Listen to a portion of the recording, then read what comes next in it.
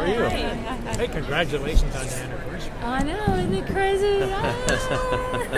I mean, did you see Twilight becoming what it has become when you directed that first movie? I don't think anybody knew it was going to go that crazy. I mean, we knew that there was some fan base that loved it, that loved the book, but you never knew, like they kept saying at Summit, we don't know how many people that is. Maybe that's 400 people in Salt Lake City. We don't know how many people are going to go to the movies, or, you know, how does it translate? So it's pretty neat that, like, you know, every little thing started adding to the fire as soon as we cast the actors, put their photos out. As Stephanie wrote another book, you know, people got excited globally. You know, it was pretty cool. The Twilight films kind of really opened the floodgates for a lot of other YA adaptations, but very few of them reached the success of the Twilight franchise. What do you think it is about your film and the franchise that really captured the audiences the way they did? I think that Stephanie Meyer, you know, the writer, did such a great job of capturing, in my film, the feeling of first love, and that everybody kind of remembers how they felt the first, like, death-defying crush you ever had on anybody, even if it was a movie star or a girl in your class or whatever. We all kind of know what that was like, where you would just almost be obsessive and think of nothing else. So I thought that was kind of fun. Like, how do you create that on screen, that obsession, you know, where it's like, that's all I'm thinking about. And that was one thing I was trying to do cinematically, with the music, with the lighting, with the camera moves, to just draw you in and just make you feel like you were just falling madly in love again for the first time.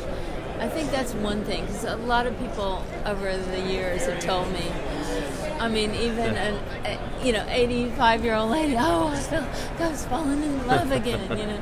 That's kind of awesome. Yeah, it's kind of fun. I think it's something more because it's really a love story from two people from two different backgrounds, if you will. And I think a lot of people related to that in their own lives. They might have, they're interested in somebody that's totally different from them, and maybe they can't get them or whatever. Or even, you know, same-sex couples because of the stigma, you know, especially at the time. And I think that's part of the appeal of what having that obstacle. Yeah. Being madly in love, but having a major obstacle that you just, could you get over it or not? And also, like you say, so many things. He's the bad boy. It's dangerous to love this person, but that made it even more exciting and sexy. And yeah. Looking back, is there anything that you would have liked to have changed from? Well, I'm a director, so of course I would have liked to have had a little more money here and there. I had a cool underwater sequence. I had some cool dream sequences. I had a bunch more action going on in the baseball sequence. So I had things that I was going to do to make it even more yummy in my mind. But, you know, we had budgets. Cut down the budget, but now CGI has gotten better. I probably could have got to do a lot more cool shots. It's, you know, more affordable. Maybe the casting would have been different now because there's more diversity, is even more encouraged than there was back then, and more actors have, you know. So I think, yeah. But I still love what we did. So. I feel like of all the films, yours has the most of the director's personality coming through. Is that just the way you make your films, or is that part of the fact that you were kind of the one that they left alone the most before it became the machine that it was? I think it's both. I mean, for me, I'm very personal making the film. I had the actors come to my house. That's where they did the chemistry reads. Rob and Kristen met like in my kitchen and did the scene in the science class. On my bed, they did the kissing scene. You know, I'm very personally involved, and then also, exactly like you say, they didn't think it was going to be that big a hit, so it was more like an indie film for me. It wasn't the giant pressure of this is the Marvel Universe or whatever. It's just more like, well, let's hope it works, you know. And then Stephanie was very busy on another book, and you know, they were doing a lot of other projects, so...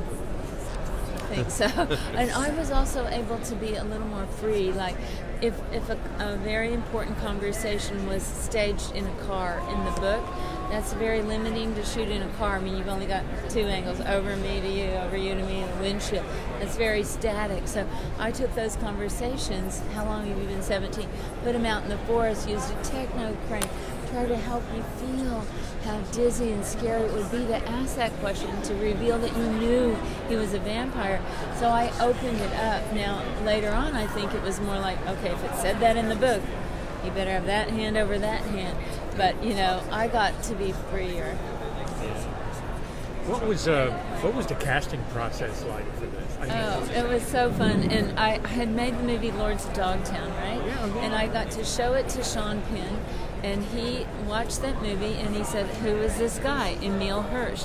Starred in it. I want to cast him in my movie. So he called Emil Hirsch up and he cast Emil. Then I went to a rough cut of Into the Wild because he cast Emil in Into the Wild. Right. I went to see a rough cut of Into the Wild.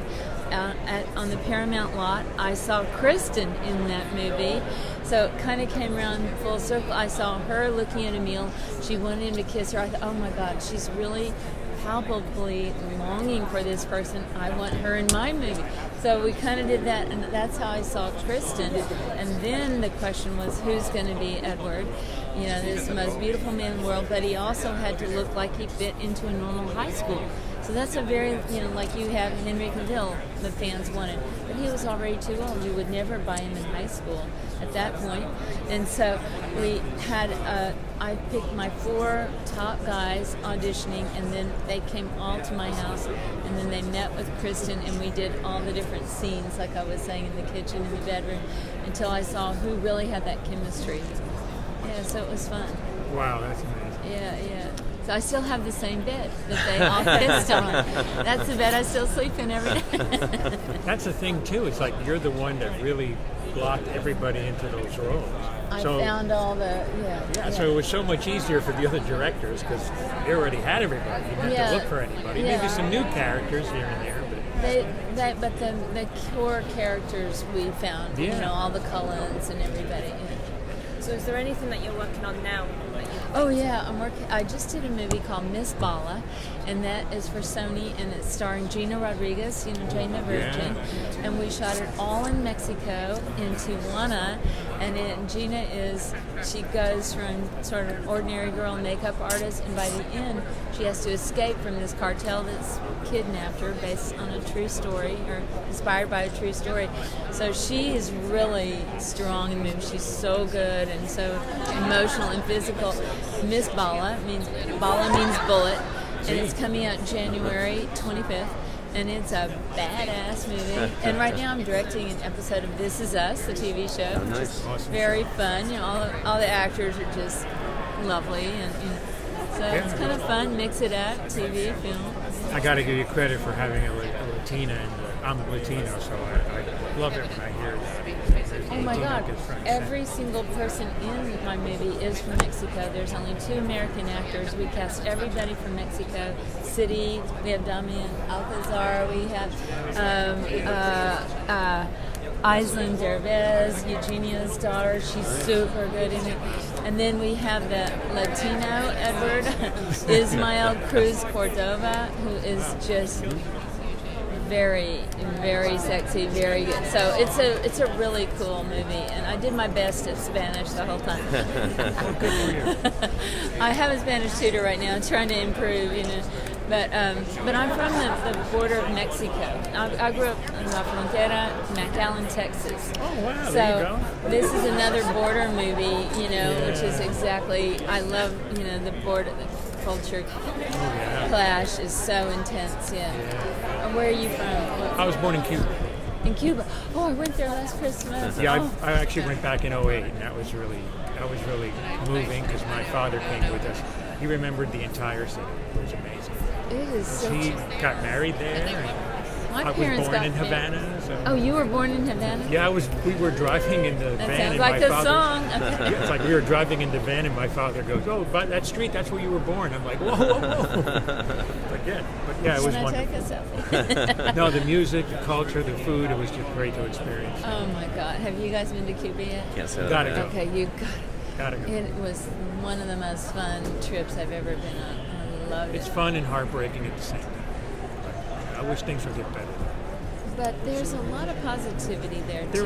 There is. I mean, there's healthcare, there's great education, there's lots of doctors. There's positivity.